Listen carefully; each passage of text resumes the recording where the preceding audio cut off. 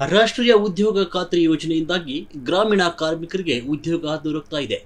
ಕಾರ್ಮಿಕರು ಉದ್ಯೋಗ ಅರಸಿ ಬೇರೆಡೆ ವಲಸೆ ಅಥವಾ ಗೋಳೆ ಹೋಗುವುದನ್ನು ತಪ್ಪಿಸಿದೆ ಅಂತ ಶಾಸಕ ಡಾಕ್ಟರ್ ಎನ್.ಟಿ. ಶ್ರೀನಿವಾಸ್ ತಿಳಿಸಿದರು.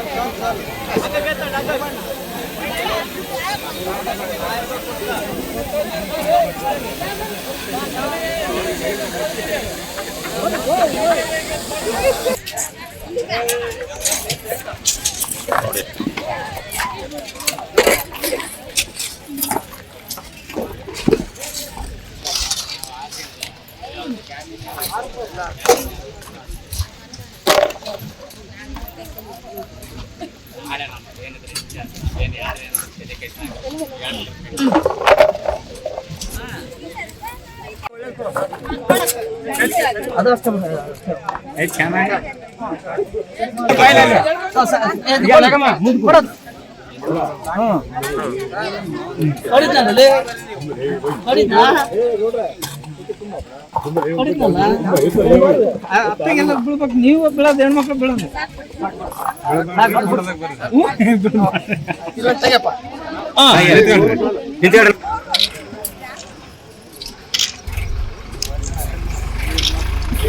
Okay sir.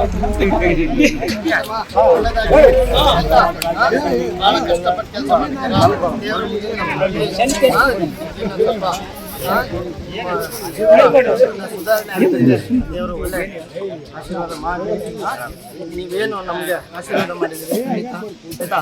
ಒಳ್ಳೆ ರೀತಿಯಲ್ಲಿ ಉಸಿರಿರೋವರೆಗೂ ಆಯ್ತಾ ಸಾಮಾನ್ಯ ಜನಗೆ ಬಡವರಿಗೆ ತೊಂದರೆ ಆಗಂತ ಕೆಲಸ ಅಂತ ಖಂಡಿತ ಮಾಡೋದಿಲ್ಲ.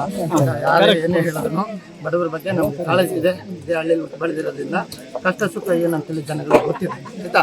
ಯಾವುದೇ ತಾರತಮ್ಯ ಮಾಡಲ್ಲ. ಜುಮ್ಮಬನಹಳ್ಳಿ ಗ್ರಾಮದ ಹೊರವಲಯದಲ್ಲಿ ನರೇಗಾ ಯೋಜನೆ ಅಡಿ ನಡೆಯುತ್ತಾ ಇರುವ ಕಾಮಗಾರಿ ವೀಕ್ಷಿಸಿ ಮಾತನಾಡಿದರು.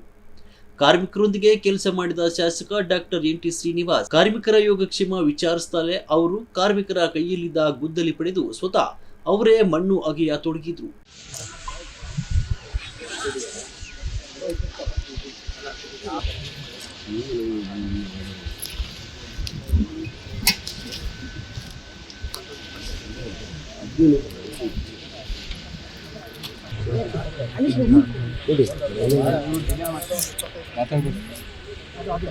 ಹಳೆ ಮನೆಗಳು ಬಹಳ ಕ್ಯಾನ್ಸಲ್ ಆಗಿದ್ದಾವೆ.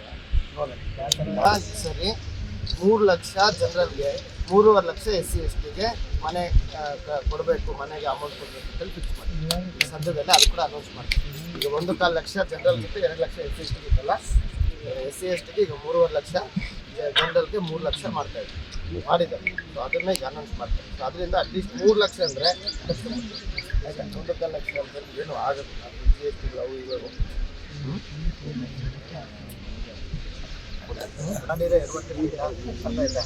ಒಂದು ಊರಲ್ಲಿ ಹೋದ್ರೆ ಬರೀ ಶೌಚಾಲಯ ಅರ್ಥ ಆಯ್ತು. ಎಲ್ಲ ತಗೊಂಡು ತಿಂದುಬಿಟ್ಟಾರೆ.